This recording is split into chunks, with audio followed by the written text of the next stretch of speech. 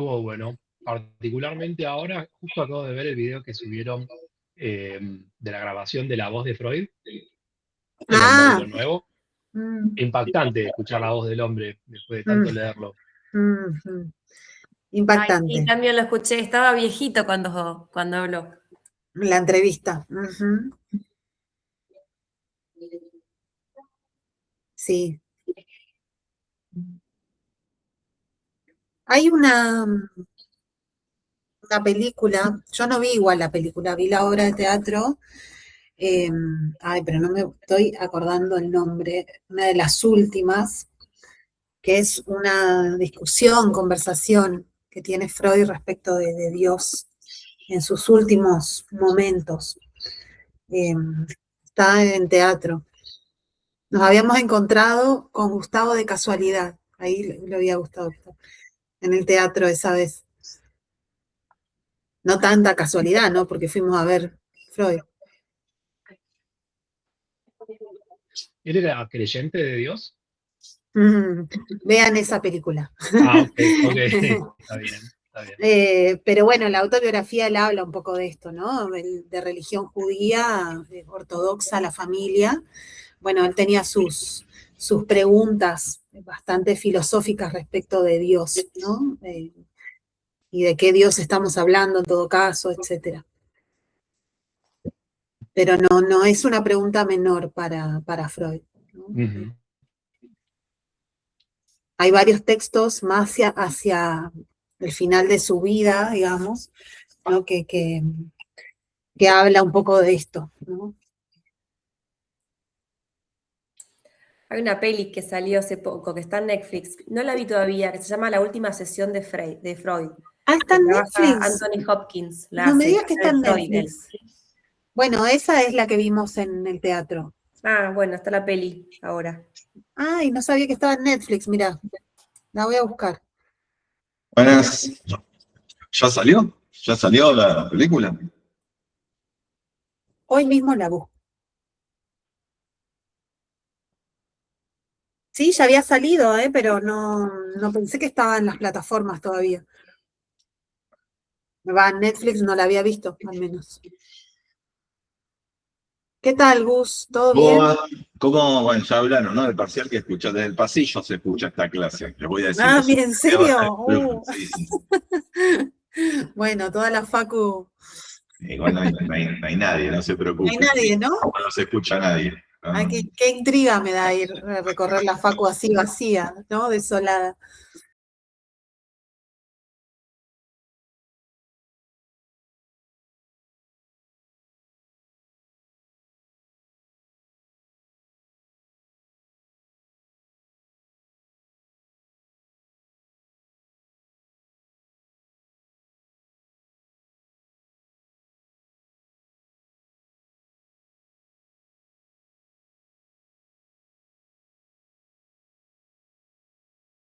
Se complejiza un poco, pero bueno, están iniciando, son conceptos nuevos. Bueno, para nosotros también nos sirve a ver en qué nivel más o menos están, así que están para un poquito más. ¿No? Sí. Sí, claro que sí. Bueno, esperamos unos minutos. Bueno, ya subió las unidades, la 4, la 5 y la 6. Ujú. El segundo parcial de fundamentos va a ser hasta las 6 inclusive. Y la primera de psicoanálisis 1, que va a coincidir con el segundo de fundamentos, va a ir de la 1 a la 6 inclusive. En la semana le vamos a subir la consigna para la tarea que tienen que entregar el 15 de junio. El parcial es el 22 de junio.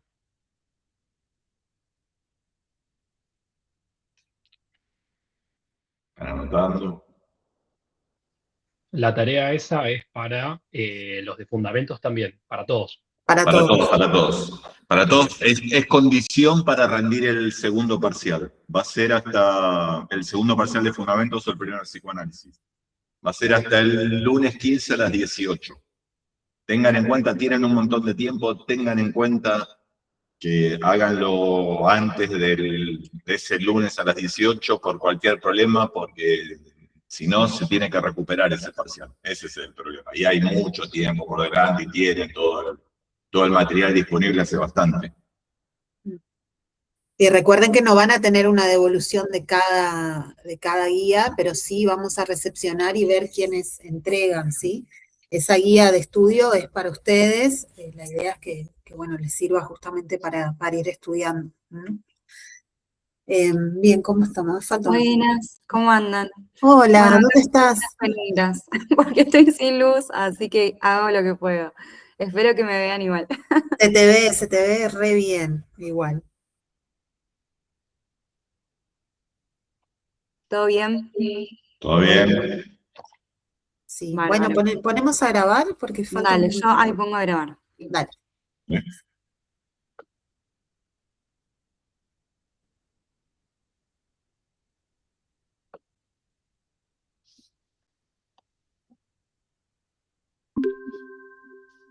Ahí. Bueno, ahí estamos. Bueno, hoy vamos a arrancar con los casos que quedaron pendientes, ¿sí? Los casos que estuvimos nombrando un poco. No sé si ustedes ya lo leyeron, vieron los videos, algunos dijeron que sí. Pero bueno, vamos a tratar de reducir en esta clase de hoy. Hay algo que me está sonando, a ver. Soy yo. Hace eco. Ahí está. Escuchaba doble mi voz. No sabía si era el cansancio o, bueno, estamos en problemas. No, por suerte era el audio.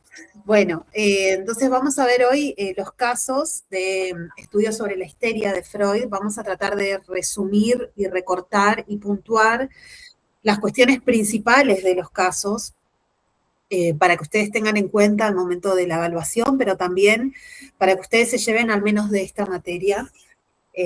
Son casos que, a pesar de estar en la antesala, podríamos decir, del psicoanálisis, anticipan cada uno de ellos algunos conceptos que son luego fundamentales para el psicoanálisis en sí, que fue creando Freud. Cuando vimos un poco interpretación de los sueños, decíamos que a partir de ahí hay algo que se instala más fuertemente como el psicoanálisis propiamente dicho.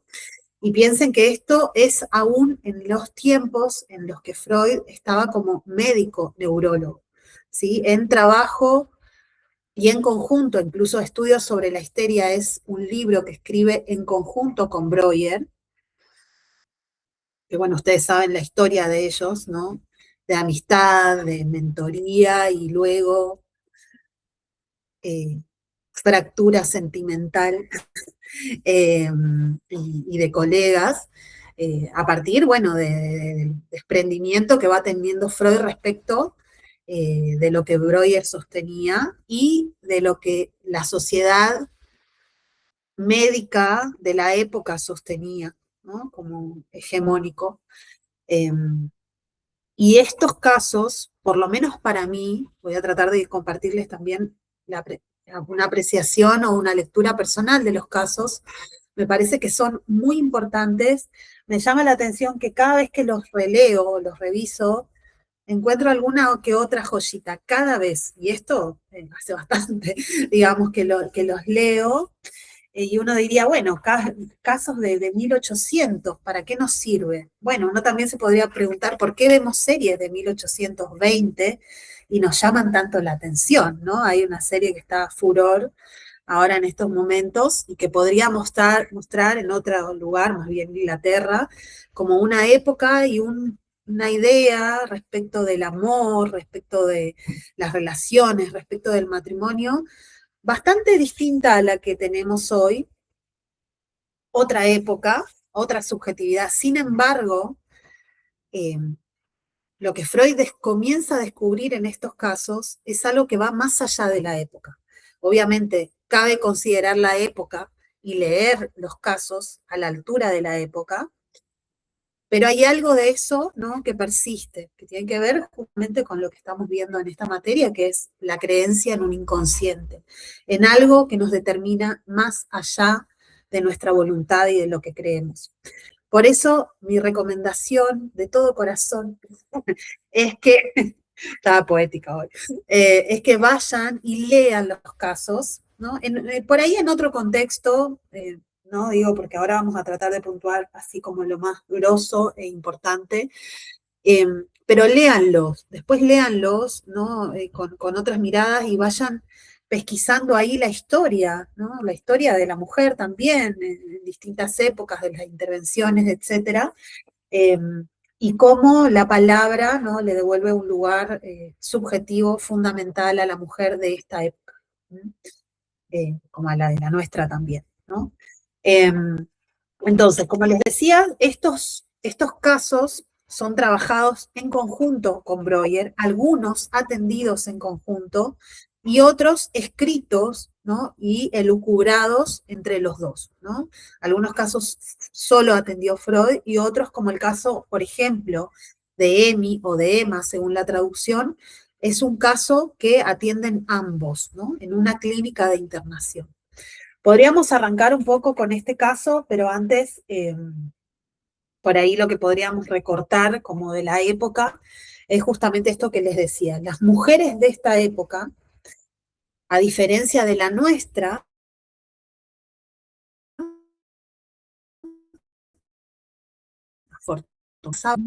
estaban muy jóvenes y con los hombres que se casaban en general tenían que ser hombres con una alta posición social y económica. En general, eran matrimonios, no se los decía así, ¿no? Pero sutilmente armados, ¿no? Armados por las familias, presentados por la familia. Era un privilegio que las familias donde había muchas hermanas mujeres, esto era un tema, ¿no? Por eso les traje esta serie, que seguramente varios la vieron, donde pasa esto, ¿no? De las hermanas y a medida que van creciendo y llegan a un momento determinado y comienza la presentación en la sociedad, etcétera. Unos años después, podríamos decir unos 50 años después, está este contexto freudiano del cual estamos hablando, ¿no? Donde esto aún persistía en las familias. A su vez, estas mujeres no tenían mucha otra oportunidad de expandir, ¿no? Su mundo social, afectivo, etcétera, y ni hablar de lo que Freud descubre en estos casos, y lo que después lo separa de Breuer y hace como el quiebre fundamental del psicoanálisis, es que él descubre el factor de la sexualidad en estos casos, ¿no? Cómo la sexualidad interviene e interfiere en la producción de los síntomas, vamos a decir, ¿no? Y ni hablar en la histeria. Podemos empezar ahora con este contexto, vamos a hacer un punteo de los casos. Si quieren, hacemos así cortecitos entre caso y caso, si quieren aportar o preguntar, igual pueden levantar la mano también si surge, pero para tratar de ir abordando todos estos casos. El caso que no vamos a ver nosotros es el caso de Ana O, que es el primer caso, digamos, emblemático, paradigmático de esta antesala del psicoanálisis o de la historia del psicoanálisis, incluso que podríamos decir que da pie un poco a el método catártico, que es decir, que más allá de la hipnosis, la posibilidad de poner en palabras la posibilidad de cura. Que, bueno, podría llamarse, ¿no? La cura por la palabra o la limpieza de chimenea, ¿no? Son dos nominaciones que ella le sugiere a Breuer en su momento como para nombrar eso que estaba pasando, ¿no? El método catártico con hipnosis, es decir, la reacción, la descarga a partir de palabra de los recuerdos y los afectos penosos, obviamente con el método que era el método de la época, como lo habíamos dicho en su momento, que era el método de la hipnosis. Bueno, Freud arranca por ahí, ¿no? Se inclina hacia ese lugar, toma esa corriente con Charcot y Breuer y comienza a trabajar con las pacientes. El caso de Emi, una mujer, podríamos decir, uno de estos casos con la presentación más grave, por decirlo de algún modo. Incluso hoy podríamos preguntarnos un poco por la cuestión diagnóstica, ¿no? No tenemos el paciente y demás, pero era un caso muy grave, muy grave.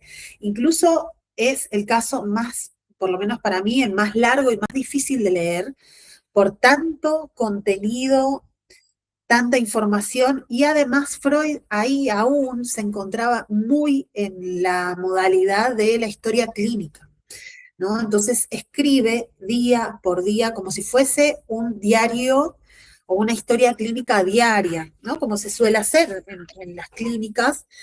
Sin embargo, qué difícil en términos subjetivos, ¿no? Porque se volvía como inacabado, inacabable, y además lo que él, cuando ustedes lean el caso de Freud, lo que él transcribe muchas veces son los estados de hipnosis de la paciente, ¿no? Entonces parecería que a veces es todo un delirio, ¿no? O una alucinación, incluso había alucinaciones, etcétera, ¿no? Un caso muy grave de una paciente de 40 años que, bueno, tenía, vamos a decir, varios síntomas, por decirlo así, síntomas físicos y síntomas psíquicos, y todas estas pacientes, lo que sucedía en la época es que no se encontraba un factor biológico concreto que dé cuenta de una enfermedad que pueda explicar, ¿no? Entonces entraban en una gran bolsa que era la enfermedad de los nervios, y después una gran bolsa que era la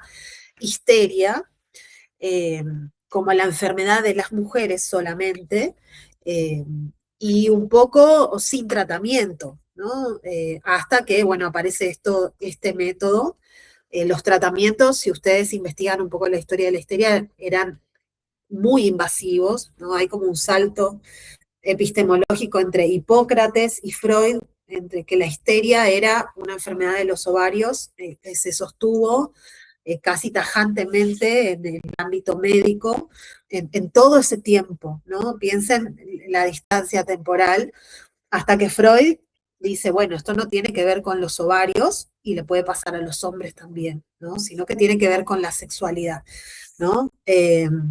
Empieza a ir por otro lado y empieza, bueno, ahí a romper ciertos paradigmas respecto del conocimiento científico, ¿no? De la época. El caso de Amy se presenta así, ¿no? Con mucha gravedad. Vamos a decir que es un caso que está envuelto en muchas tragedias, ¿no? Muchas situaciones trágicas ya de entrada. Ella era hermana de 14, eran 14 en total, de los cuales quedaban solo 4 hermanos vivos. O sea, ya eso da cuenta de una historia infantil repleta de enfermedades, muertes, tragedias, situaciones abusivas, incluso hasta por momentos de torturas, ¿no? Situaciones que podríamos ver desde afuera como muy graves y muy trágicas respecto de la infancia, ¿no? De Amy a lo largo de toda su vida. Freud un poco hace como cierta diferenciación entre algunos de sus síntomas, como los tics que ella tenía.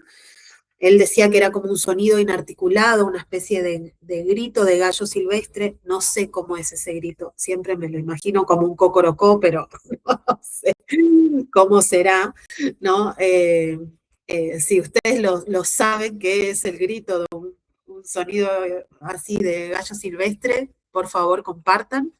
Es una información que queda ahí.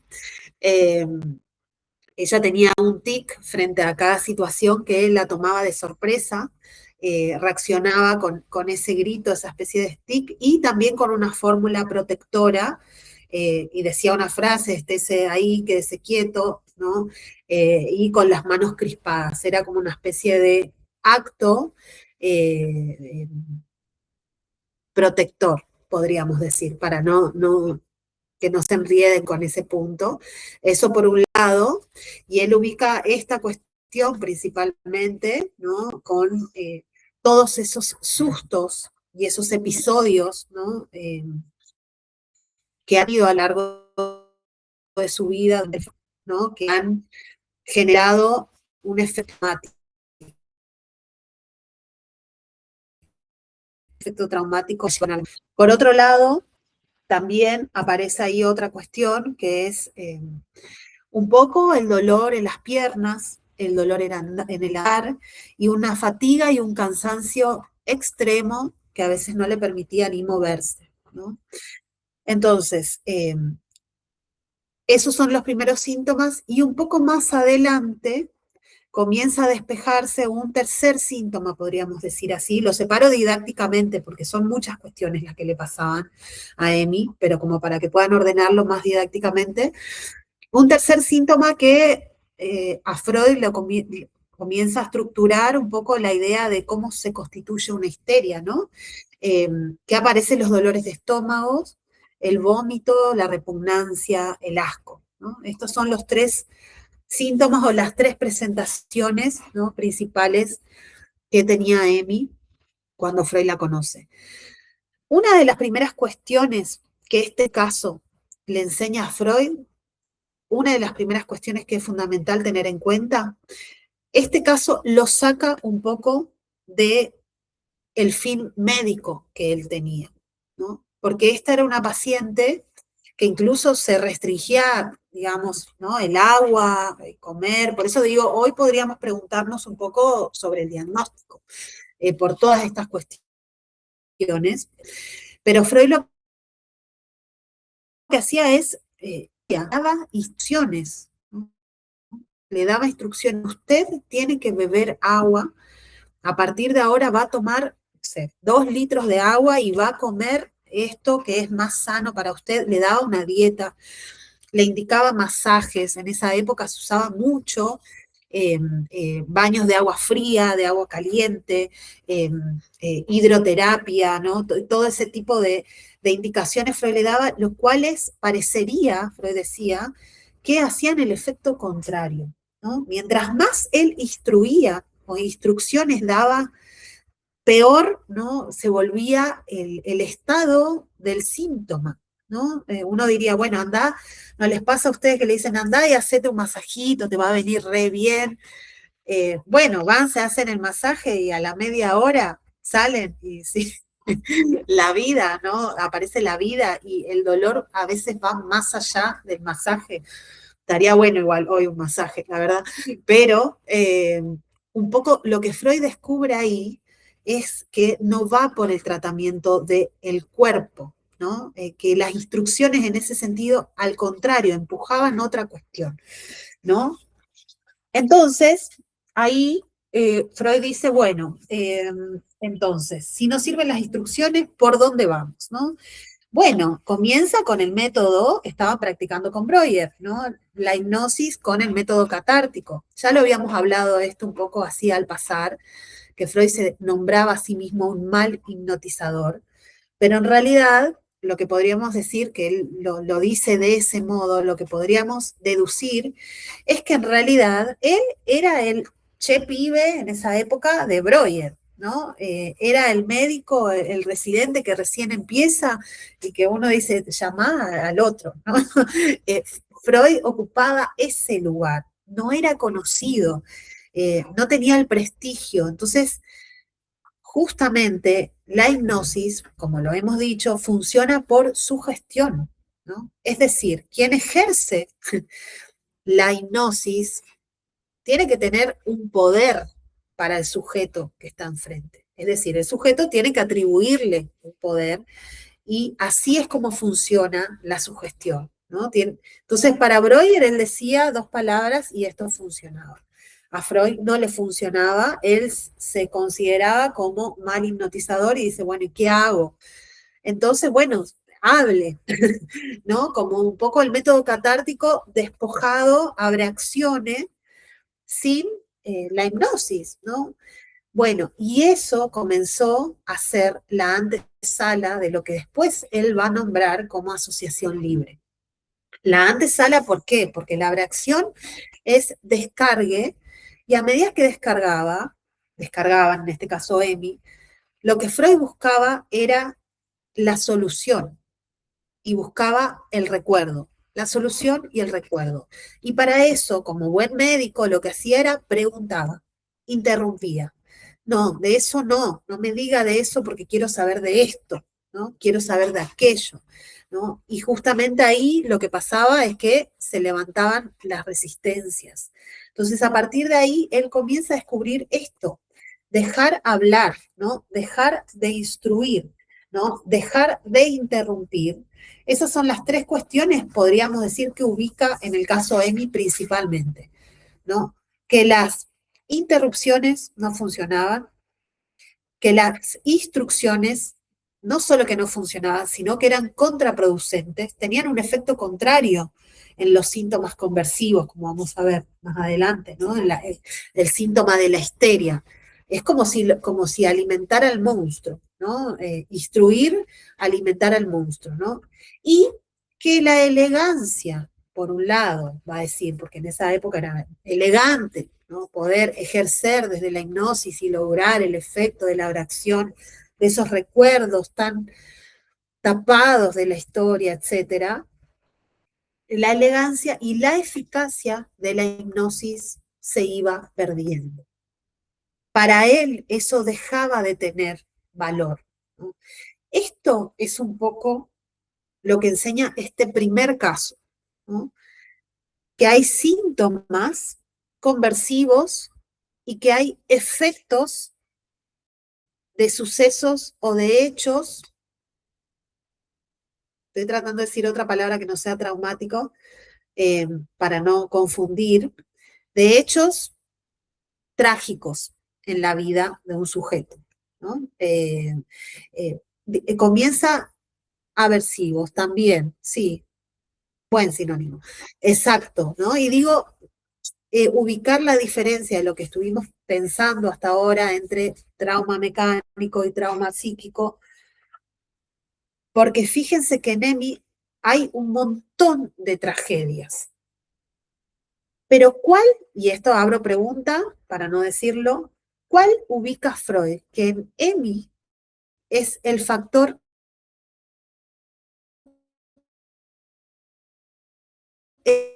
eficaz de todo eso que pasó en su infancia? Sí, Eleonora. Me parece que la muerte de su esposo, ¿no? Muy bien. ¿Por qué? Ah, porque fue, o sea, ella lo vio morir y así le pasó lo mismo con su mamá, que la había visto primero que se cayó en el piso, parecía muerta, después volvió a verla caída en el piso y ahí estaba muerta realmente. O sea, y después la sugestionaba la sirvienta con un tema o la señora que la cuidaba, no me acuerdo bien, como que le decía algo de la muerte, como que la asustaba, pobre. Todo eso, ¿no? A ver, Eduardo. Con la abstinencia sexual. Muy bien, exactamente, exactamente. Con la muerte del marido y todo eso, Leonora, sí, ¿no? Por eso quise diferenciar didácticamente, por un lado, eso que ha sido trágico y que ha sido terrible y que ha sido horrible para Emi, que ha generado efectos, pero en términos de trauma psíquico, ¿no? Y en términos de síntoma conversivo, Freud lo que ubica ahí es que hay algo del orden sexual y que tiene que ver en el caso de Emi con una absoluta abstinencia. Y él va a decir, ojo, no solo en el acto. Ella ve a Freud 14 años después que fallece su marido, pero dice, no solo en el acto, sino también en la palabra, ¿no? Esta mujer era casta, va a decir, ¿no? De absoluta castidad, casta, estamos hablando de otra casta, absoluta castidad, de absoluta castidad, no solo en actos, sino también en palabras. Ella en ningún momento, ni bajo hipnosis, ni en ninguna ocasión, hablaba o confesaba, ¿no? Él decía así todo poético, no hablaba o confesaba íntimamente nada del orden sexual, ¿no? Era muy joven también cuando quedó viuda, exactamente, y el hombre era muy mayor. Entonces, ¿no? Uno podría ahí, bueno, imaginar un montón de cuestiones, ¿no? Abrir un montón de cuestiones que no están escritas, pero un hombre muy mayor, ¿no? Que se muere muy rápidamente apenas se casan. Ella muy joven, sin ningún tipo de conocimiento respecto de la sexualidad, se encuentra en estas coordenadas, ¿no? Entonces, ¿qué pasaba con la sexualidad? ¿No? ¿Cómo era vivida? ¿No? Absolutamente en castidad, va a decir. Entonces, ahí él ubica un punto muy importante en EMI, que es el punto de la sexualidad. Ahí está el factor, va a decir, para que el síntoma conversivo se deposite ahí, ¿no? Ahí estaba el factor fundamental y él va a decir, bueno, que con esta paciente hubo lo que él también ubica, ¿no? La abracción, la descarga, el poder hablar, hubo una considerable mejoría, va a decir, pero que tenía muy poco efecto duradero. Eh, y esto es lo que él muestra con este caso, ¿no? ¿Hasta acá alguna pregunta? ¿No? Roberto. Una pregunta, yo leí el caso y al final Freud dice que lo deja a los siguientes investigadores porque él lo supera. Exacto, No puede exacto. continuar. Aún sabiendo que la sexualidad, esa censura, estaba presente, intervenía, así todo, ¿no pudo corregir esto teniendo esa data? Piensen que lo que estamos hablando es de la antesala del psicoanálisis. Freud aún estaba con Breuer investigando respecto del método catártico, ¿no? Era el método que estaban utilizando, y además en un contexto de internación y de gravedad bastante severa, ¿no? Entonces, Freud aplica el método y no le resulta. Aplica el método y no le resulta. Recuerden que esto, creo, no sé si se los había dicho, pero si no, se los repito. Como muchos se cansarán, como el me retiro, profe, que repiten, repito lo mismo. Freud, cuando escribe los casos, y a ustedes también les va a pasar, ¿no? Cuando escribe los casos, los escribe por algo él quería demostrar de cada uno de estos casos, incluso lo que fallaba, ¿no? Incluso, y la mayoría de las veces, ustedes van a ver los casos, ¿no? Después en Dora, la transferencia, etcétera, él va demostrando no solo lo que funciona, ¿no? Obviamente lo que funciona y lo que va complejizando y teorizando él a partir de la práctica, sino lo que no funciona, ¿no?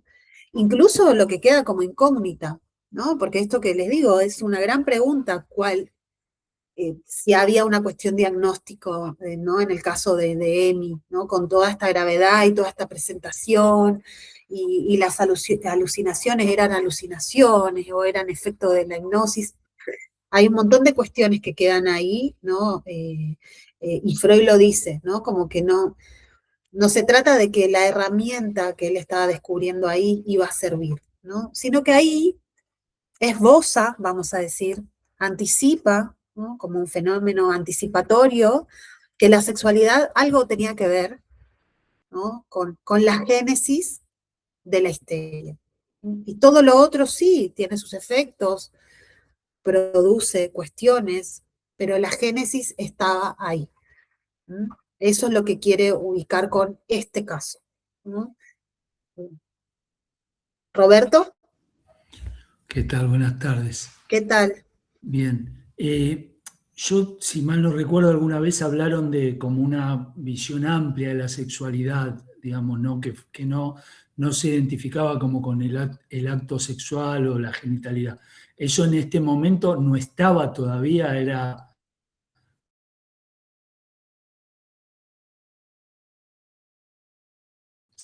sexualidad.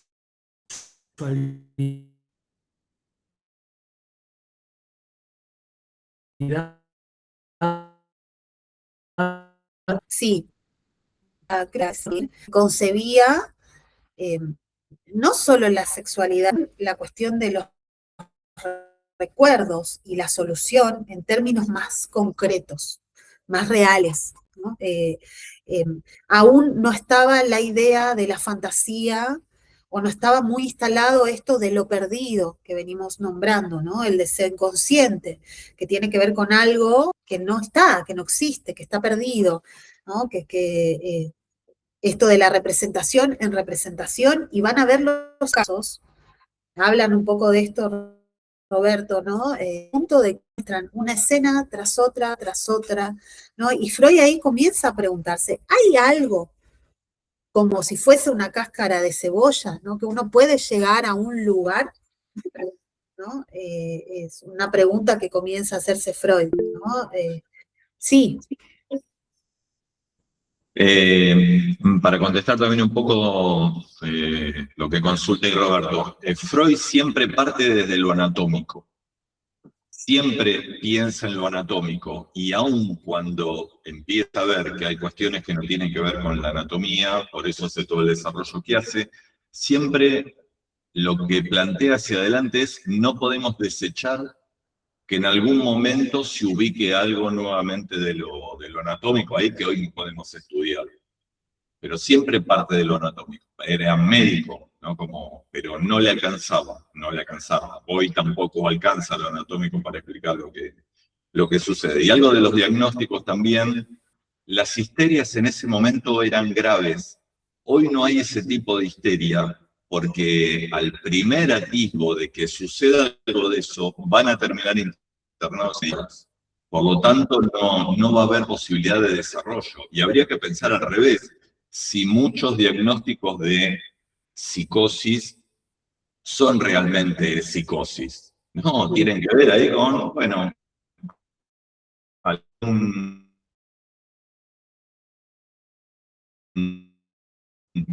algún núcleo ahí, núcleo psicótico. Todos alucinamos en algún momento, en mayor o menor medida. El sueño es una alucinación en la calle que me hizo recordar a otra cosa, es una manera de alucinar también. Por lo tanto, podríamos pensar que en cierto grado, ¿no?, todos alucinamos. Entonces, la cuestión de los diagnósticos va más por ahí.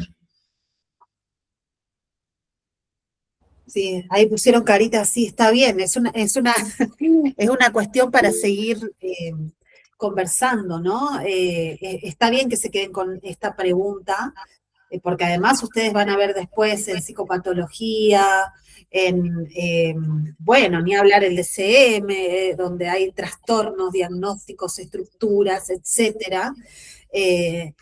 Vamos a tratar en este momento, al menos, de historizar, ¿no?, ¿no? Que Freud ahí era médico, y van a ver en los otros casos que Freud palpaba, ¿no?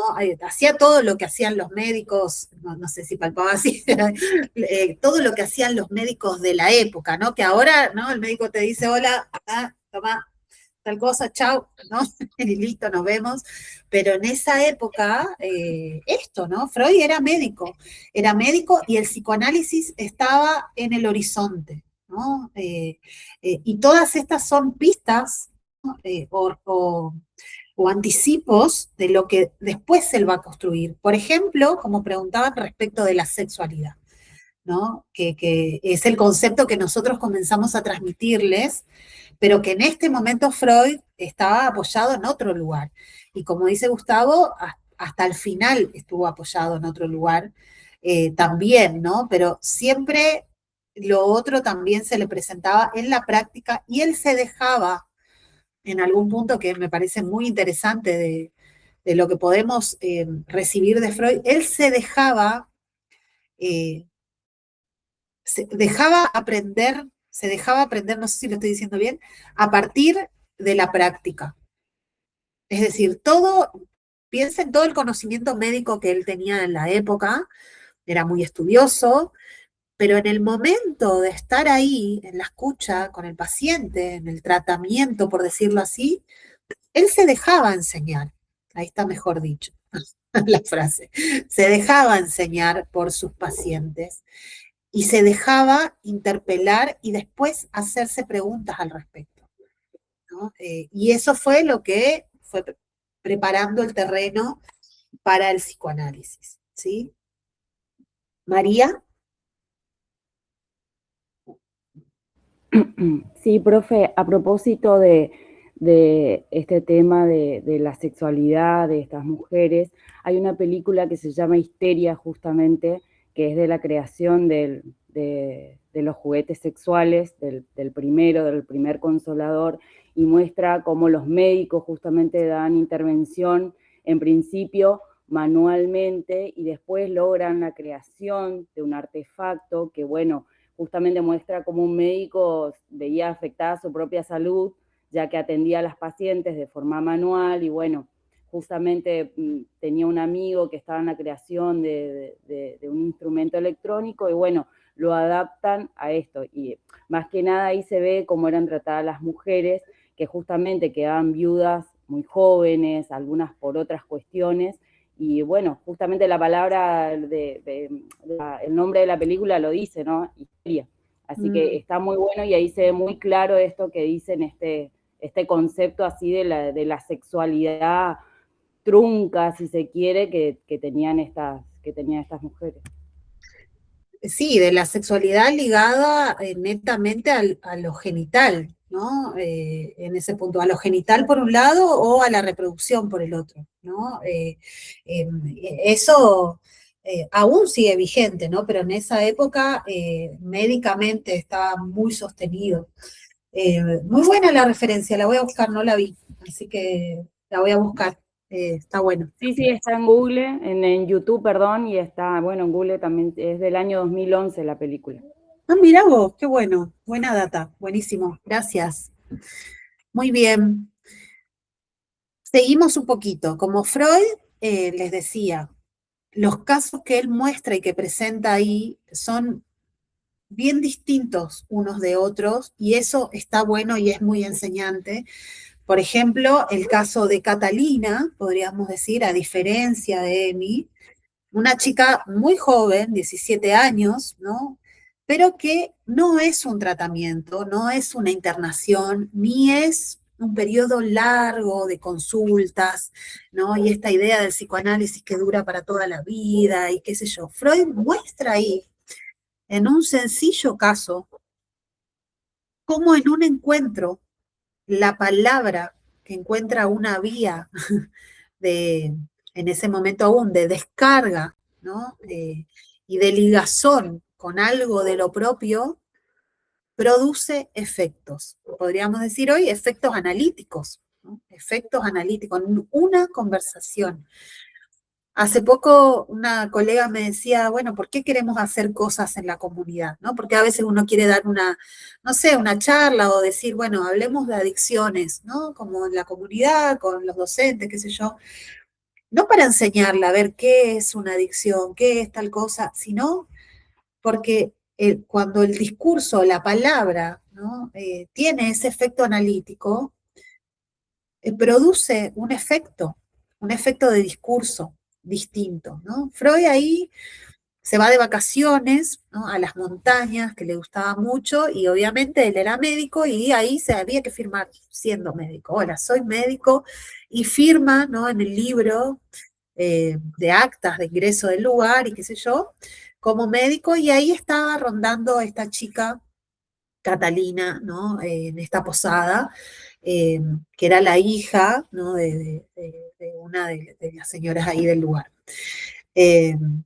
Entonces, Freud lo primero que escribe, ¿no? Que él ya observó que esta chica tenía un marcado mal humor cuando la ve y dice, bueno, ¿no? Esta chica no tan joven, con tan marcado mal humor.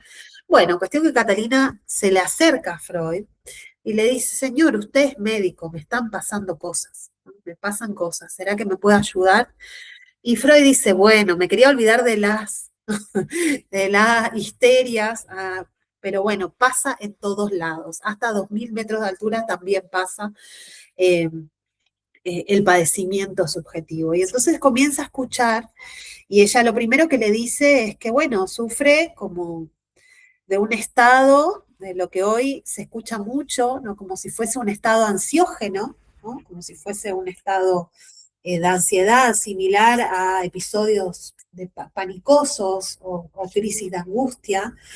Un poco eso es lo que le cuenta a ella en general, de lo que le pasaba, que le costaba respirar, que le pasaban algunas cuestiones, y me parece muy interesante en este caso cómo Freud, para mí es muy enseñante, incluso en la clínica, diría, cuando a veces ciertos padecimientos o cuestiones que les pasan a las personas están tan estereotipados y tan psicologizados, digamos que hasta cuando lo traen a consulta lo traen, ¿no?, como de manual, como si fuesen los signos del DSM, ¿no? No puedo respirar, miedo a la muerte, tengo palpitaciones, siento que me voy a morir, sé que no es real, pero bueno, este tipo de cuestiones. Y Freud ahí lo que enseña, que me parece muy, muy interesante, es que, además que él era muy insistente y él buscaba la diferencia, trata de discernir qué de todo esto, qué de toda esta sintomatología generalizada, podríamos decir, es distinto en Catalina, ¿no? Y cuando ella dice el peso en los ojos, ¿no?, me zumba la cabeza, Freud comienza a preguntar un poco más. Y ahí es cuando ella menciona esta diferencia de que siento que alguien va a venir por detrás de repente, ¿no? Y a partir de ahí, acá podríamos decir que comienza lo que Freud después va a nombrar la antesala de la asociación libre. Porque acá no había ni hipnosis, ni método catártico. No se trataba solo de que abraccione respecto de recuerdos que tenía reprimidos, por decirlo así, sino de que pueda decir en base a lo que eso desataba. Casi como que diga lo que se le ocurra en relación a esto, ¿no? ¿Qué se le ocurre en relación a esto, ¿no?, de los ojos? Y ahí aparece esta cuestión que les decía antes, lo de las escenas, ¿no? Las escenas, y ahí de nuevo Freud introduce o se pregunta, por decirlo así, esta cuestión que hablábamos con el primer caso, ¿no?, esta cuestión de la sexualidad, ¿no?, de la sexualidad, y de nuevo, ahora en términos más concretos, ¿no?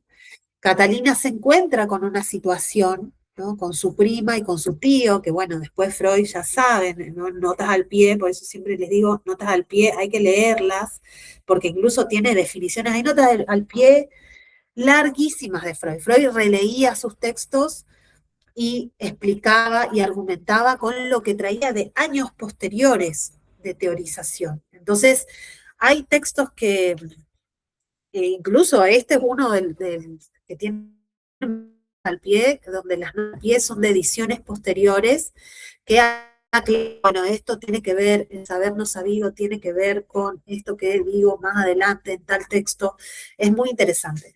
Entonces, después Freud aclara, ¿no?, que se trataba de su padre, nada más ni nada menos que de su padre, esta situación, ¿no? Esta situación incestuosa, vamos a decir, ¿no?, entre esta prima y este padre, que la remite a otras situaciones por ella vivenciadas, previas, ¿no?, situaciones más bien infantiles, previas, ¿no?, a un momento, va a decir Freud, donde ella ya puede tener cierto conocimiento respecto de la sexualidad, ¿no?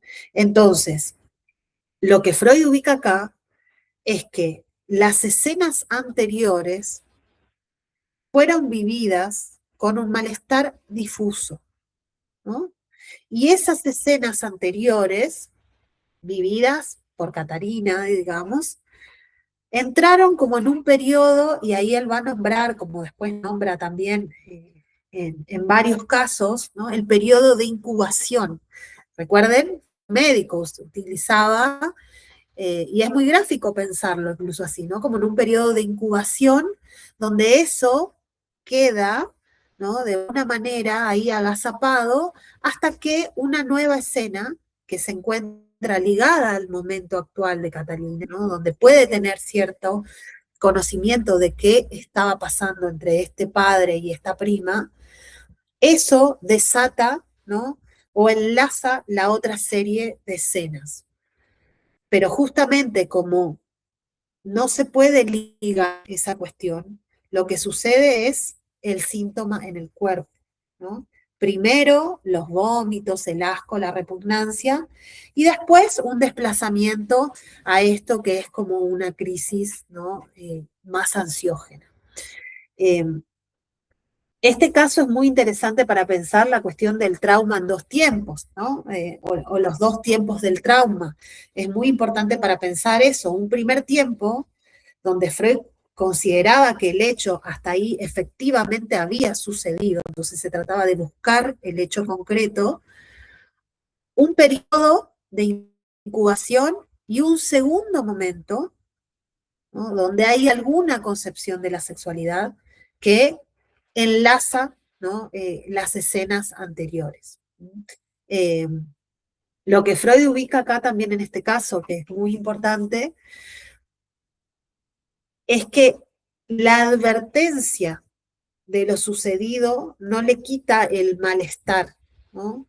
Pero lo que hace es justamente la reducción, no sé cómo decirlo, o un efecto, él dice que, lo dice algo así, ¿no? Que como que fue impresionante que en ese único encuentro, que él incluso es un diálogo que él transcribe, ¿no? Él trata de transcribirlo lo más textual posible, lo van a ver escrito en forma de diálogo. Fíjense que son formas muy distintas de escribir de Freud, hasta que él encuentra su forma, que ya después van a poder pescar un poco más, por ejemplo, con el caso de Dora, que podríamos decir que ahí aparece más su estilo de escritura.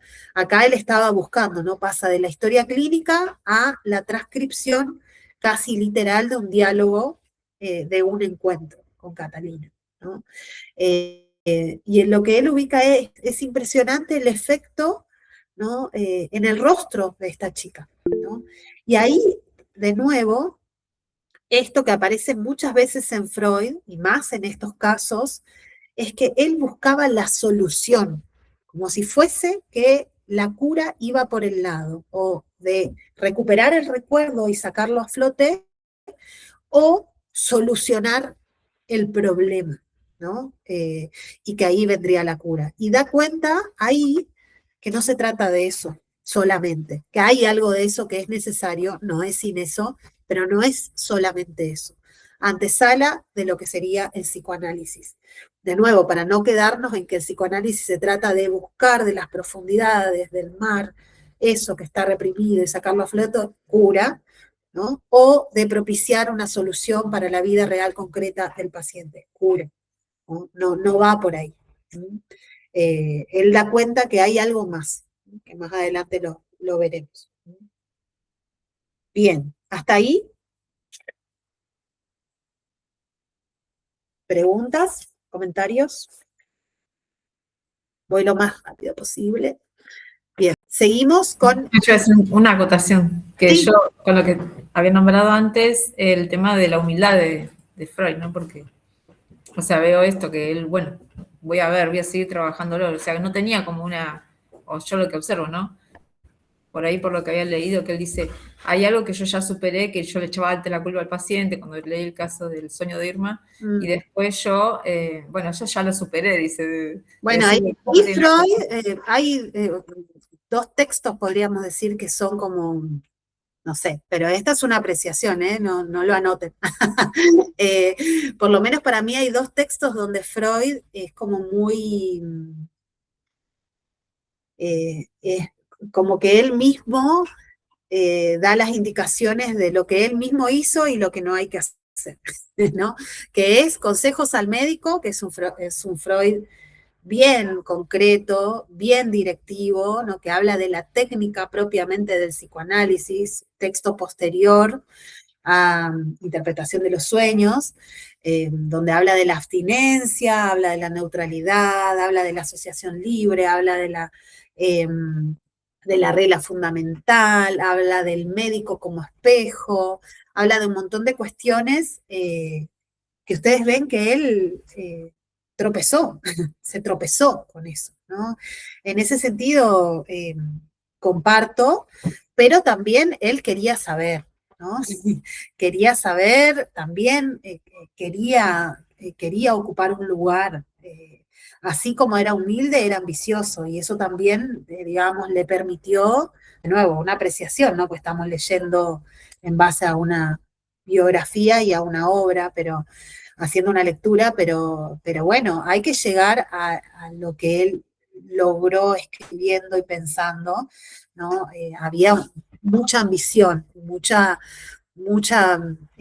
deseo, ¿no? de trascender con el psicoanálisis. De hecho, lo logró, podríamos decir, ¿no? Bastante, ¿no? Estamos hablando de 1800 y estamos 2026 aún discutiendo, ¿no? Y se seguirá discutiendo a Freud, ¿no?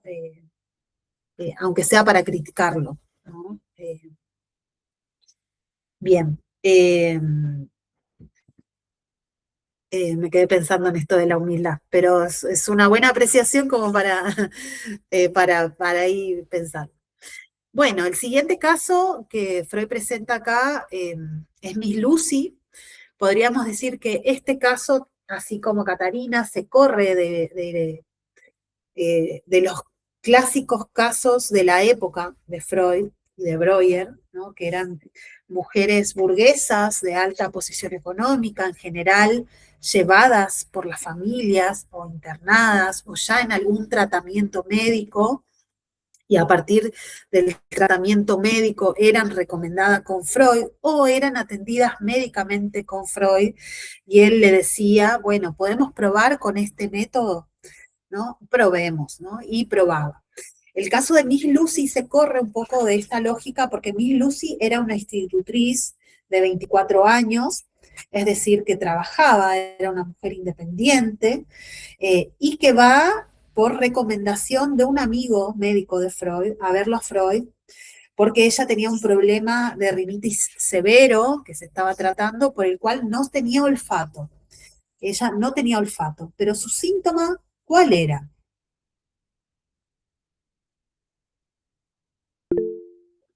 ¿Tenía que ver con el olor a quemado? Sí, Sí, harina Eduardo. quemada. Ujú. Y a tabaco. Tabaco quemado. Muy bien. No tenía olfato, pero tenía una sensación olfativa, no cualquiera, penosa.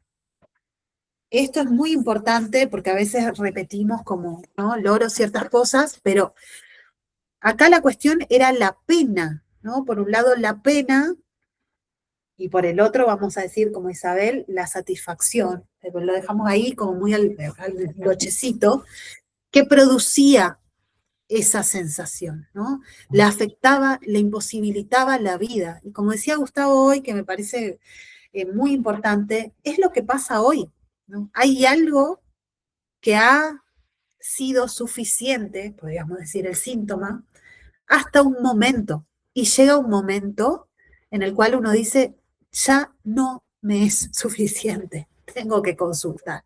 Y uno pregunta, ¿qué te trae a venir acá, pero ahora? Es una pregunta muy importante para hacer en la clínica, ¿no? ¿Qué te trae a consultar ahora? No, porque yo tendría que haber venido desde los... ¿Y ahora? ¿Qué te trajo ahora, no? A consultar. Es como muy rica en el sentido de, no importa si no sabe, probablemente no sabe o puede decir algo al respecto, pero hay un punto en el cual ese síntoma deja de funcionar, ¿no? Porque, de nuevo, el síntoma es una solución, ¿no? Viene a sustituir algo, viene a solucionar algo. A veces es mejor que duela la pierna a que duela la psiquis, el alma, el ánimo, ¿no? Todos sinónimos que usaba Freud en esa época.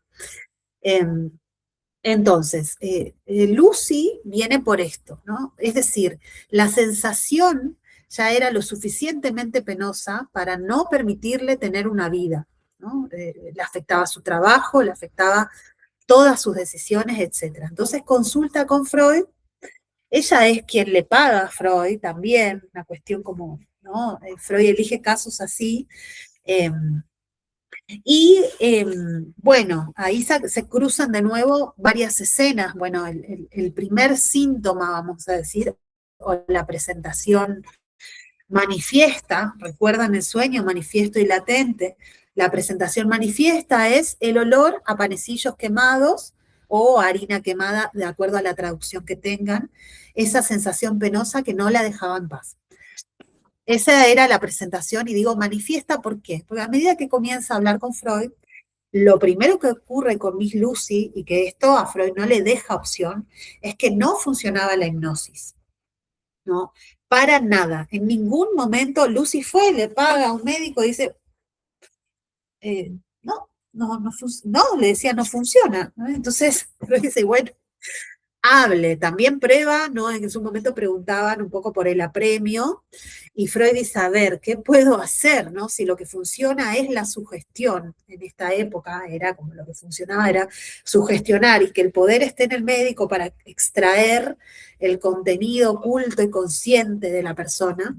Dice, entonces, ¿qué puedo hacer? Y se acuerda de un colega, Bernheim, ¿no? Que utilizaba el método del apremio, que era como una especie de, lo que podríamos decir hoy, una especie de imposición de manos, ¿no? Utilizar un recurso de la época, ¿no? Apoyar la mano en la frente y decir, a partir de este momento usted se va a acordar de lo que cree que no se acuerda, o va a traer su recuerdo, como, ¿no? Ejercer esa sugestión. Funcionó muy poco, ¿no? Y casi nada, entonces él tuvo que quitar todos esos recursos y pedirle, ¿no? A Miss Lucy que se recueste en el diván, que se relaje y que hable, ¿no? Es como un anticipo del psicoanálisis propiamente dicho. Hable, ¿no? Hable, diga lo que le pasa y qué relación en relación a esto y qué le pasó en relación a esto. Freud preguntaba un montón, y Miss Lucy le dice, puede dejar de preguntarme tanto, porque estoy por decir algo, ¿no? Y siento que es importante, como que no tiene nada que ver con nada, pero es, y a partir de ahí aparecen estas otras escenas en relación al olor a tabaco, ¿no? Escenas de situación del hombre que quiere besar a las niñas, y otra escena de una mujer que besa a la niña en la boca, y el padre de estas niñas se enoja con ella. Y fíjense el recuerdo más anterior. Le dice que ella es reemplazable,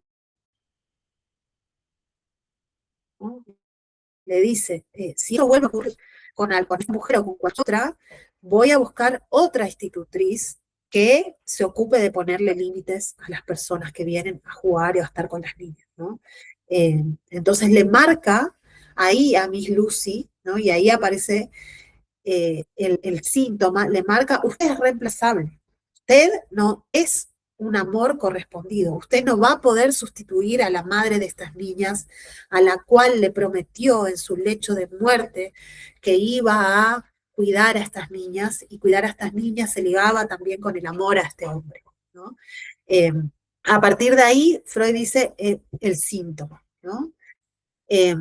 Entonces, lo que Miss Lucy le enseña, además de que la hipnosis no funcionaba, el apremio no funcionaba, y lo único que le quedaba era hable, y lo único que le quedaba era la asociación libre, que todavía no tenía ese nombre, pero también le enseña algo que Freud lo escribe en una nota al pie, le enseña sobre un saber no sabido, ¿no?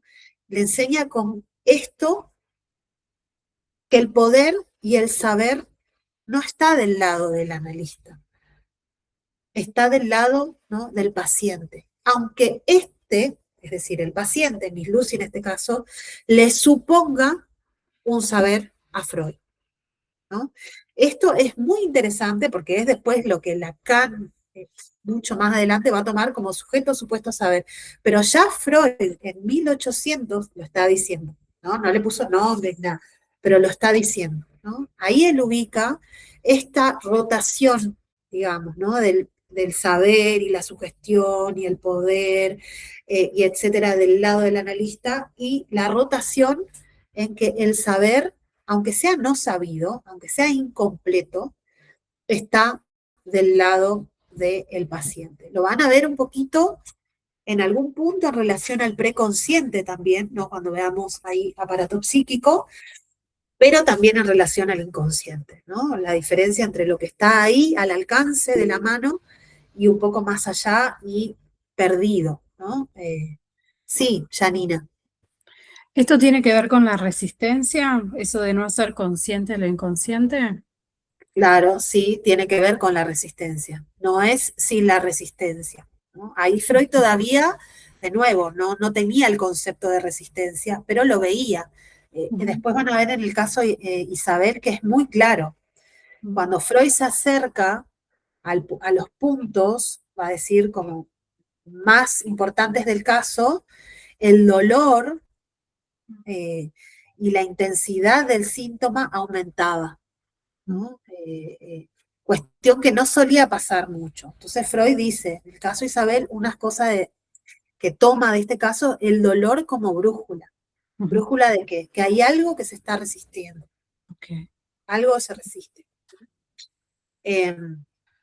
Entonces, esto con Miss Lucy, ahí te doy la palabra, así no me pierdo esta partecita que les quiero decir, y ya te doy la palabra, Melissa. Ubica eso, y lo que ubica es que cuando, bueno, en esta serie de escenas y demás, él interpreta o le interpreta que ella está enamorada, ¿no? de este patrón, por decirlo así, ella le responde que sí, que ella lo sabía, pero no sabía que lo sabía hasta el momento en que lo dice, ¿no? Que ella lo sabía, y ahí está esto del saber no sabido, y por el otro, Freud le dice, bueno, la solución, Freud quería, ¿no? Como ahí enganchar, era un romántico Freud, ¿no? Dice, bueno, entonces adelante, dígale acerca de su amor a este hombre, por ahí la cosa funciona, ¿no? Él era capaz hasta de ir a hablar, después con Isabel pasa algo así, ¿no? Cosas que después él mismo, por eso consejos al médico, es muy interesante hacer esta lectura. Consejos al médico, y esto en algún momento es muy, muy divertido, porque es como que él mismo después pone una regla de lo que él transgredió sin saber, ¿no? Y Miss Lucy le dice, no, ¿no? Ella tiene esta cuestión de la pobreza, bueno, que será algo a trabajar, ¿no? Yo soy pobre, él es rico, esto no es posible, pero ya el hecho de advertir, y esta es una cuestión fundamental, ¿no? En el psicoanálisis, advertir eso, algo de eso que tiene que ver con mi propio deseo, ya me permite una vida posible. No necesito hacer un síntoma tremendo que no me permita vivir, estoy advertida. Advertida de que amo a este hombre, que no es posible, sufriré, lo hablo, lo lloro, me quejo, etc. Sí, Gus. Claro, como dice, no, ni hace falta que después ese deseo sea satisfecho por la persona a quien se lo transmito, ¿no? Solo con hacerme cargo de ese deseo ahí que hasta ese momento es inconsciente, ya me permite no enfermarme.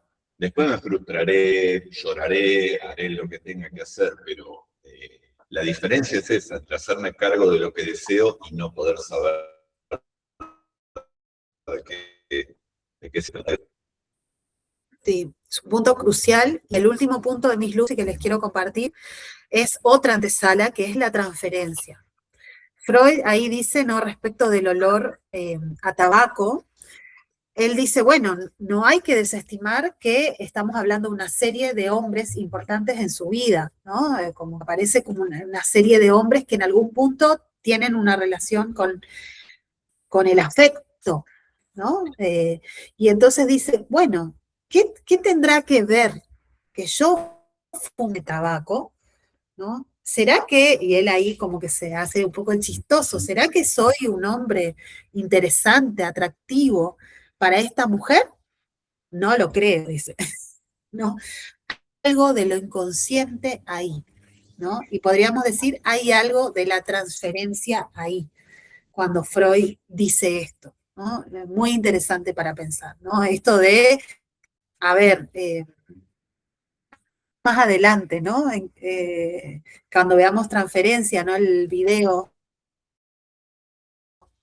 hay falta. Pero ahí van a poder ver eso. Al principio Freud se la come sacando, todas ahí algo les pasaba con Freud, todas y todos, ¿no? Algo le pasaba con Freud hasta que dice, che, para ser, sí. Su vida íntima no era de lo mejor del mundo.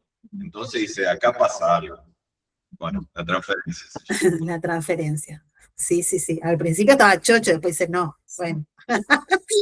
No, ¿qué está pasando acá? No, esto hay que teorizarlo entonces. Muy bien. Entonces también la antesala de la transferencia con luz. Bueno, y Melissa, tenías una pregunta, no sé, soy un ganador, no. Sí, profe, yo en realidad ya me la respondieron, porque no me había quedado bien claro que era el saber no sabido. Entonces yo puse cosas que sabemos, pero que no sabemos que las sabemos, sería algo así. Sí. Y eso, ¿qué función cumple? ¿Qué función cumple? Bueno, podría responderte así como muy humildemente a los Freud, que cumple la función de motor, ¿no? El saberlo todo es horroroso, ¿no? Digo, porque primero que es el vacío, porque hay algo que nos mueve, que nos es propio, que son marcas, que están, marcas inconscientes que nos mueven, son propias, son nuevas, pero que no tienen palabra, ¿no? Entonces, sabemos y no sabemos, y buscamos palabras que le den cierto sentido, envuelvan un poco eso no sabido, ¿no? Y, y me parece que en este caso es como un poco eh, muy gráfico, que ella le dice, yo lo sabía, ¿no? Pero es como que algo decanta un saber que estaba en uno. Pasa a veces, ¿no? En un análisis, que una palabra o alguna pregunta despierta algo de lo propio, ¿no? Que se asume como éxtimo, ¿no? Pero que está en uno. Sí, Gus. Eso que sabía entra entra en asociación con el afecto. Eso lo sabía, pero estaba desligado del afecto. En la medida en que entra en juego ahí el afecto, bueno, se puede hacer cargo de que eso lo sabía y le generaba algún efecto. Hasta el momento es lo sabía, como sabemos un montón de cosas. Recién cuando entendemos qué nos genera eso, ¿no? Que supuestamente sabíamos, ahí hay alguna asociación que permite que algo caiga. Gracias, sí, ahí entendí. Profe, y al hacer la asociación entonces pierde el síntoma. Al volver al afecto, asociarse con ese sentimiento que tiene, desaparece el síntoma. Podríamos decir ahí que sí, ¿no? Pasaba esto, ¿no? Un alivio como inmediato. Después podemos pensar de nuevo qué funciona el síntoma, ¿no? Porque hay algo que, no me acuerdo quién preguntaba, hay algo que resiste, hay algo que insiste, ¿no? Y que el síntoma pueda ser simbolizado no significa después que desaparezca, ¿no? Sí. Una más y no jodo más, ¿eh? No, pero por favor, joder. Rompo el micrófono. Piensen en términos teóricos de la psiconeurosis. Sería, la representación está reprimida, eso intolerable, está reprimido, eso que sabía quizá también, que podía poner en palabras, está reprimido porque está desunido del afecto. Si vuelvo a poner afecto en eso, es porque lo retiro de otra cosa, lo retiro de donde está ubicado el síntoma. Es como que vuelvo a juntar eso intolerable, que era más intolerable, con el afecto. Ese afecto era el que mantenía el síntoma. Si lo ubico donde lo tengo que ubicar, en todo caso, la teoría dice, bueno, deje de sufrir. Listo. Gracias por todo, ¿eh? Igual el sufrimiento persiste por otras vías. Ya lo verán. Pero bueno, sí. Bueno, el último caso, que no lo tienen en el video, si me confirman, no está en ningún campus, no tienen Elizabeth o Isabel. Me parece que no. Bueno, es el caso que Freud estaba hasta ahí contentísimo, porque dice, es el único caso completo de histeria que estoy escribiendo, ¿no? Que ha llegado a su fin, ha llegado a su término. Y que fue uno de los casos más difíciles y más penosos que él ha transitado. Le ha costado un montón Isabel. Le ha costado un montón y es un caso que incluye varias cuestiones un poco más cercanas aún a lo que después ubica como psicoanálisis. El caso Dora, por ejemplo, le escribe análisis fragmentario de una histeria, ¿no? De nuevo, todo el tiempo intentaba encontrar el caso completo, ¿no? Y después algo de lo fragmentario comienza a entrar en la clínica y en estas preguntas que ustedes mismos se hacen, ¿no? ¿Se cura? ¿No se cura? ¿Cómo se cura? ¿No? ¿Qué diferencia hay entre lo médico y lo psicoanalítico? Bueno, esa pregunta Freud se hacía también. Intentaba como cruzar dos disciplinas y se la armaba, ¿no? Entonces, dice que este caso fue muy difícil. La paciente, Elizabeth o Isabel, depende de la traducción. Dora la vemos más adelante, la vemos un poquito más adelante.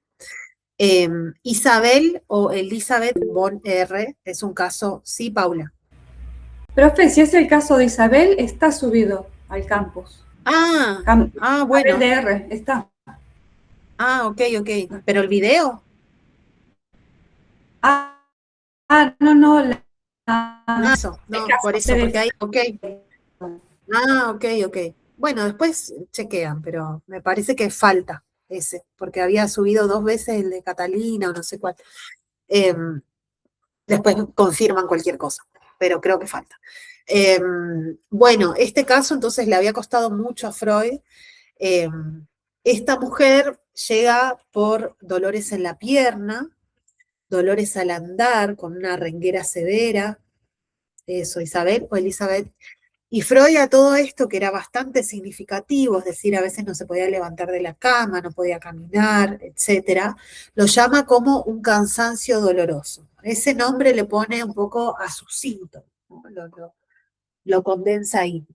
Más adelante, ya hacia el final de este análisis, lo que él va a decir es, simbólicamente, este dolor en la pierna tenía que ver con no poder dar un paso más, ¿no? Y esto es un poco la traducción simbólica de lo que le pasaba a Isabel, ¿no? Isabel, de nuevo,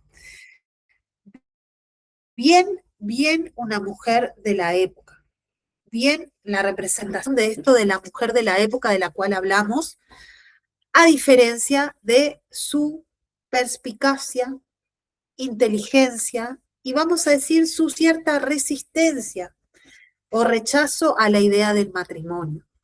Ella tenía un lazo muy cercano con su padre y su padre, como tenía un lazo muy cercano a ella, decía que ella era como si fuese un hijo varón, ¿no? Porque podían hablar de cosas interesantes, inteligentes, no de la ropa, o cómo casarse, o de tener hijos, etc. A Isabel le interesaban otras cosas, ¿no? Incluso quería estudiar una carrera científica, etc. Era muy inteligente. Y una de las cuestiones que a Freud le costaba mucho con Isabel es, o que por lo menos destaca un montón en su texto, es algo que después va a estructurar un poco como parte, ¿no? de lo que da cuenta de una histeria, ¿no? Que Isabel llevaba su enfermedad con gran conformidad, va a decir Freud, ¿no? Es decir, era bastante significativo, ¿no? Su síntoma. Recuerdan que decíamos, hasta que el síntoma tambalea, uno no consulta, ¿no? Y Isabel, ¿no? Consulta, pero no quiere ceder, por decirlo así, ¿no? De alguna manera, el síntoma se resiste fuertemente, ¿no? Además de eso, Freud ubica otra cosa, porque recuerden, Freud, médico, ¿no? Si le decían, me duele la pierna, no puedo caminar, de acá hasta acá, recuerden, parálisis orgánicas, parálisis histéricas, ¿no? Con delimitada, ¿no? Una parte delimitada con extrema intensidad, pero Freud ahí lo que además ubica, que cuando él pellizca la zona o interviene en la zona médicamente, la sensación que manifiesta Isabel es más bien, ¿no? O la expresión, mejor dicho, es más bien de placer que de dolor. Este es un punto bastante crucial en el caso, que Freud comienza a preguntarse por qué esta mujer actúa como si tuviera cosquillas, se sonroja, ¿no? Y este dolor parecería que le produce un placer. Este es un punto, de nuevo, anticipo y antesala de lo que más adelante podríamos decir más allá del principio de placer. Acuérdense nomás de eso, pero para pensar que hay algo más allá de esto me gusta, esto no me gusta, lo bueno, lo malo, ¿no? La voluntad, la falta de voluntad. Esto Freud ubica ahí, ¿no? La pulsión también, vayan pensando en estas ideas, hay algo ahí, y esto, ¿no? De que es la pierna como zona erógena sin ser genital. Exacto, está bueno eso que escribí, no sé si preguntaron algo, pero en relación a esto que hablábamos al principio, que la sexualidad, Freud comienza a descubrir y comienza a descifrar que no tiene que ver con lo genital. ¿Cómo puede ser que un dolor en la pierna tan intenso que le inhabilita la vida a esta mujer joven, inteligente, le produce placer, satisfacción similar a lo que podría ser, incluso Freud lo dice, ¿no? A un orgasmo, ¿no? Por la expresión de esta mujer. Entonces ahí Freud comienza como todo un recorrido arduo con Isabel, con mucha resistencia, ¿no? Porque él le preguntaba, bueno, la hipnosis no funcionaba, probaba todos los métodos, hipnosis, catarsis, etcétera, con ella y no funcionaba, había algo ahí que se resistía. Ella comienza a traer las escenas familiares y lo primero que ubica un poco es que la zona afectada, una de las primeras cuestiones que ubica es que la zona afectada es donde descansaba el padre por las noches, ¿no? Cuando ella lo cuidaba. Yo les decía que era como la representación de la mujer de la época, por ser una de las hermanas menores que aún no se había casado, que no tenía perspectiva de matrimonio. Entonces, ¿qué le quedaba a estas mujeres si no era casarse rápidamente con un hombre de buena posición social? Lo que les quedaba era el... Cuidar a sus padres. Exacto, muy bien, Jorge. Ser cuidadora. Ser madre o cuidadora, podríamos decir, ¿no? El estereotipo de la época de la mujer, ¿no? Y bueno, Isabel agarró una función ahí de abnegada asistencia.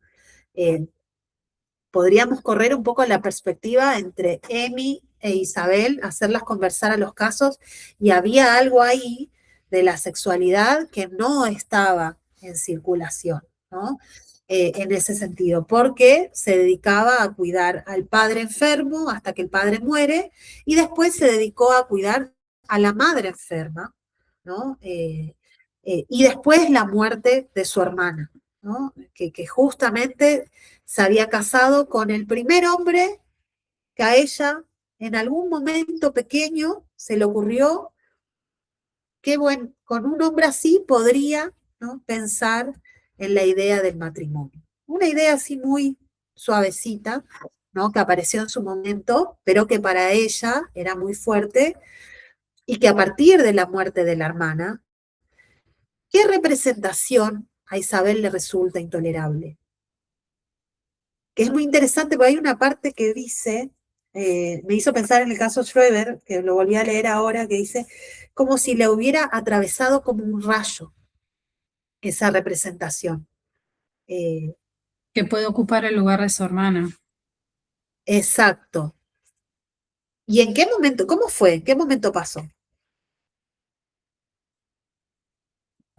¿Tiene que ver cuando se fueron de vacaciones? En el lecho de muerte de su hermana. Piensen la representación, ¿no? Y Y no estamos hablando de una mala mujer, una mala hermana que quería que la hermana se muera, por eso, ¿no? Es ¿no? Una representación que la atraviesa como un rayo en un momento ultra doloroso, ¿no? Tenía una relación muy especial con esta hermana, ¿no? Incluso era la madrina de su hijo, había todo un afecto ahí, pero detrás había representaciones intolerables, y esta era una de ellas. Freud no podía desanudar esa representación, no aparecía hasta que en un momento vía esto que les decía, el dolor como brújula. Freud descubre esto en este caso, el dolor como brújula. Cuando algo de su dolor se intensificaba, él insistía por ahí, ¿no? Ubicaba que había algo ahí, entonces buscaba la manera de ir por ese lado. Cuando aparece, a partir de todas estas situaciones, la representación de un joven, por primera vez extraño a la familia, ¿no? Que le despierta algo y comienza a establecer un cierto lazo con Isabel. Y miren lo que dice, por eso los choques, ¿no? Como si fuesen choque de planetas, ¿no? Lo que dice Isabel en ese momento. Cuando había alcanzado la máxima intensidad del sentimiento por este hombre, llega a su casa y ¿qué pasa? Su padre había desmejorado. Exacto. El padre la reprocha que no llegó a tiempo. Exacto. Todas situaciones, distintas escenas que llevan a este punto, ¿no? De que la representación intolerable se divorcie absolutamente, es decir, era antagónico que el deseo esté cerca del querer, ¿no? Ella tenía una misión en la vida que era asistir y cuidar, ¿no? A sus seres queridos y a su padre y a su madre, y que no les pase nada, y que esa era su misión en la vida. Y por otro lado estaba el deseo, ¿no? Que irrumpe, le pasó, a un chico le gustó, ¿no? Y cuando alcanza la mayor intensidad, el padre enfermo. Ese es el modelo, ¿no? De Isabel, que después, frente a esta situación, ¿no? Que la hermana muere, la atraviesa de todos modos, ¿no? Y es tan intolerable, porque eso no es sostenido, no es posible en su vida, ¿no? Consciente, que divorcia absolutamente, ¿no? Reprime la representación, ¿no? Y justamente aparece el síntoma conversivo. Todo el afecto libidinal, podríamos decir, ¿no? Todo el afecto erótico, erógeno, se deposita en la pierna, ¿no? Este es un caso que es muy interesante, cómo Freud explica el mecanismo de conversión, ¿no? Ustedes si leen, incluso si leen, porque también estuve viendo un poco acá el resumen que les había hecho hace bastante, cómo él acá explica muy bien la cuestión de la conversión. Es muy importante, y también esto que les quiero leer, cómo comienza a afinar su método a través del descubrimiento, y justamente esto que les decía, por capas sucesivas del material psíquico, pero ya no como si fuese, ¿no? Capas de cebolla, sino en términos arqueológicos. Vieron que la arqueología, ahí Freud comienza a utilizar mucho esta analogía, a partir de Isabel, que en la arqueología, cuando encuentran algo, no es el todo, ¿no? Y es muy delicada la búsqueda, y a partir de ese efecto, o de ese sustituto, podríamos decir, o de ese pedacito, ¿no? Es que se puede construir una vida, ¿no? O una historia, ¿no? Bueno, corroborar, ¿quién podría corroborar? ¿No? Pero a partir de ahí él comienza a pensar esto, y explica el mecanismo propiamente dicho de la conversión, ¿no? Que ustedes ya lo estuvieron viendo un poco en el conflicto psíquico, ¿no? ¿Qué pasa con la representación, con el afecto? ¿Qué función ahí cumple la defensa? ¿No? Etcétera. Así que bueno, hasta ahí con los casos. Preguntas, comentarios. Lo que hablamos hoy es lo que vamos a considerar al momento del examen, ¿sí? Que ustedes puedan ubicar las cuestiones que fue pescando Freud como antesala de lo que va a ser el psicoanálisis. No les vamos a preguntar cuántos hermanos tenía Emi, ¿no? ¿Qué momento el hermano de Emi le tiró un sapo y se asustó? ¿No? Eso no. Pero sí las cuestiones cruciales, ¿no? Pues se van a acordar del sapo. Sí, muy buena clase, ¿no? La verdad. Y voy a venir más seguido. Voy a venir seguido a tomar clases contigo. Gracias. Metió nitro la profe. Metió nitro a full. Quería tomar mate, estaba esperando que pregunte para llegar. Muy bueno, che, muy bueno. Bueno. Bueno, si no tienen preguntas, nos vemos la semana que viene. Empezamos con la unidad 4, que es aparato psíquico. Muy bien. Gracias. ¿Listo? Listo, nos vemos. Gracias, profe. Gracias. Gracias.